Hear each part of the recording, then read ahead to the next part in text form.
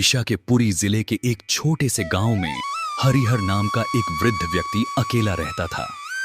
उम्र लगभग 75 वर्ष, शरीर कमजोर, आंखों में धुंध, लेकिन मन में अटूट आस्था भगवान जगन्नाथ के प्रति। उसका एकमात्र सहारा वही थे। कोई संतान नहीं, पत्नी वर्षों पहले गुजर चुकी थी। वो दिन में एक समय भोजन करता और जो थोड़ा बहुत कमाता उसका एक भाग मंदिर की सीढ़ियों पर बैठने वाले भिखारियों को दे देता। हरिहर का जीवन बस दो ही चीजों में समर्पित था, प्रार्थना और सेवा। रोज सुबह वह अपनी टूटी चप्पलों में 6 किलोमीटर चलकर पुरी के जगन्नाथ मंदिर पहुंचता। बाहर से ही दर्शन करता, क्योंकि उसके पास न तो ठीक वस्त्र थे, न ही भीतर जाने का साहस।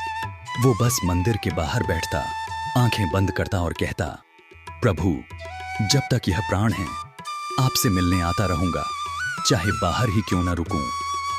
एक दिन मंदिर के एक सेवक ने उसे देखा और पूछा, बाबा, आप रोज यहां क्यों आते हैं, अंदर क्यों नहीं जाते?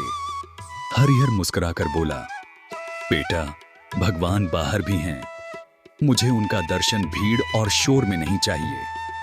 मैं तो उनके चरणों की शांति ढूंढता हूं। कुछ महीने बीते, हरिहर की तबीयत बिगड़ने लगी। अब वो चल भी नहीं पाता था। गांव के लोग उसे समझाते, अब मत जाओ बाबा, आराम करो।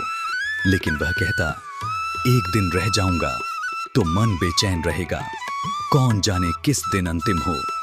फिर एक दिन ऐसा आया जब वह मंदिर के बाहर गिर पड़ा।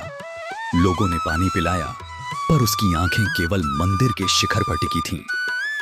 उसी समय मंदिर के भीतर से एक अद्भुत बात हुई।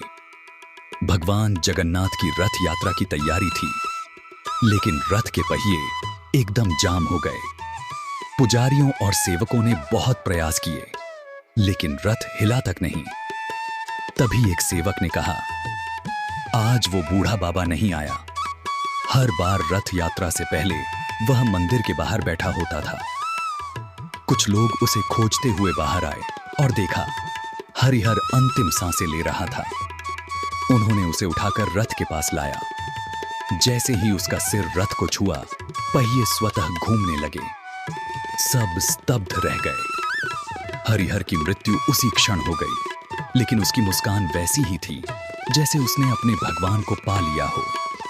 उस दिन पुरी में यह चर्चा फैल गई कि एक सच्चे भक्त की आस्था ने भगवान को भी रुकने पर मजबूर कर दिया।